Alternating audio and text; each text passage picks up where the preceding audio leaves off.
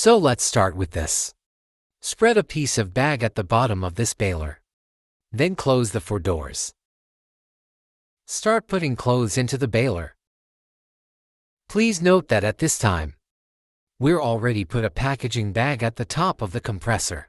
This packaging bag will be very convenient for later packaging. When the clothing is filled to a certain height, you can operate the machine to complete the first compression. After compression, we can continue to fill in more. Then compress again. After the compression is completed, the door can be opened. First, take the top bag off and put the bottom piece of packaging bag wrapped in it. Then you can tie the whole packing bag and the gap reserved on the base plate. You can achieve convenient packaging by passing through it. After the rope is tied, the pressing plate can be raised.